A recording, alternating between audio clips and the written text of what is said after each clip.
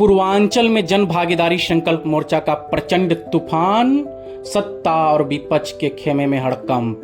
कुशीनगर, देवरिया, महाराजगंज, गोरखपुर, वाराणसी और उत्तर प्रदेश की राजधानी लखनऊ में लगातार आयोजित हुई ऐतिहासिक महाबैठकों की अभूतपूर्व सफलता के बाद अब जन भागीदारी संकल्प मोर्चा ने पूर्वांचल की राजनीति में अपनी जमीन और मजबूत करनी शुरू कर दी है। मोर्चा की इस आक्रामक रणनीति से प्रदेश की राजनीति में एक नया सियासी भूचाल आ गया है। प्राप्त जानकारी और एक्सक्लूसिव सूत्रों के हवाले से बड़ी खबर सामने आ रही है कि लखनऊ की विशाल बैठक के बाद अब मोर्चा अपनी रणनीति में एक बड़ा बदलाव करते हुए ताबड़तोड़ बैठकों और महासभाओं का अगला चरण शुरू करने जा रहा है। मऊ, आजमगढ़ और बलिया में आगामी ताबड़तोड़ महासभाएं। रणनीतिकारों ने अब अपना अगला ध्यान मऊ, आजमगढ़ और बलिया में केंद्रित किया है। इन क्षेत्रों में लगातार एक के बाद एक जनसभाएं और मैराथन बैठकें आयोजित की जाएगी। सूत्रों की माने तो मोर्चा के रणनीतिकार अब जमीनी स्तर पर रणनीति बदलकर जनता के बीच सीधे संवाद साधने में जुट गए हैं। इस आक्रामक विस्तार ने प्रदेश की वर्तमान सरकार और प्रमुख विपक्षी दलों दोनों के ही अंदर गहरी खलबली मचा दी है। राजनीतिक गलियारों में चर्चा तेज है कि जिस तेजी से मोर्चा का प्रभाव बढ़ रहा है उसने उत्तर प्रदेश की पारंपरिक दो ध्रुवीय राजनीति को हिलाकर रख दिया है।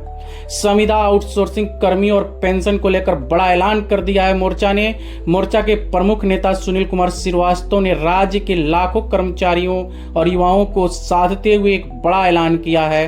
उन्होंने साफ शब्दों में कहा है कि जन भागीदारी संकल्प मोर्चा की सरकार बनते ही 90 दिनों के भीतर उत्तर प्रदेश के समस्त संविदा और आउटसोर्सिंग कर्मचारियों को नियमित पक्का किया जाएगा। राज्य कर्मचारियों के लंबे समय से लंबित मांग को पूरा करते हुए पुरानी पेंशन योजना ओपीएस को पूर्ण रूप से बहाल कर दिया जाएगा।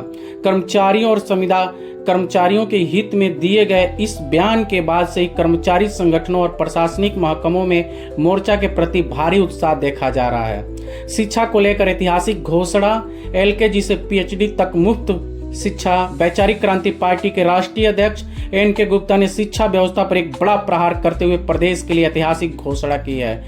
जन भागीदारी संकल्प मोर्चा की सरकार बनने के 90 दिनों के भीतर उत्तर प्रदेश में शुरुआती स्तर यानी एलकेजी से लेकर उच्च शिक्षा पीएचडी तक की समस्त शिक्षा पूरी तरह मुफ्त की जाएगी। शिक्षा के व्यवसायीकरण पर रोक लगाते हुए हर गरीब और मध्यम वर्गीय परिवार के बच्चे को गुणवत्तापूर्ण मुफ्त शिक्षा का अधिकार दिया जाएगा। स्वास्थ्य क्षेत्र में परिवर्तन, हाईटेक इंफ्रास्ट्रक्चर और डॉक्टर स्वास्थ्य सेवाओं पर वर्तमान पूर्ववर्ती सरकारों की पोल खोलते हुए मोर्चा ने अपनी विस्तृत कार्य योजना सामने रखी है। मोर्चा के नेताओं का कहना है कि पिछली और मौजूदा सरकारों ने केवल भव्य अस्पतालों की इमारतें खड़ी की, लेकिन उनमें डॉक्टरों और बुनियादी सुविधाओं की भारी कमी रही।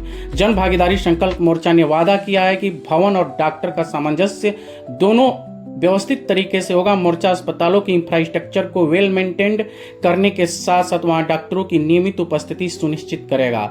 हाईटेक उपकरण अस्पतालों में पैथोलॉजी लैब से लेकर अल्ट्रासाउंड और अन्य सभी आधुनिक मेडिकल मशीनरी को दुरुस्त और मुफ्त सुलभ बनाया जाएगा।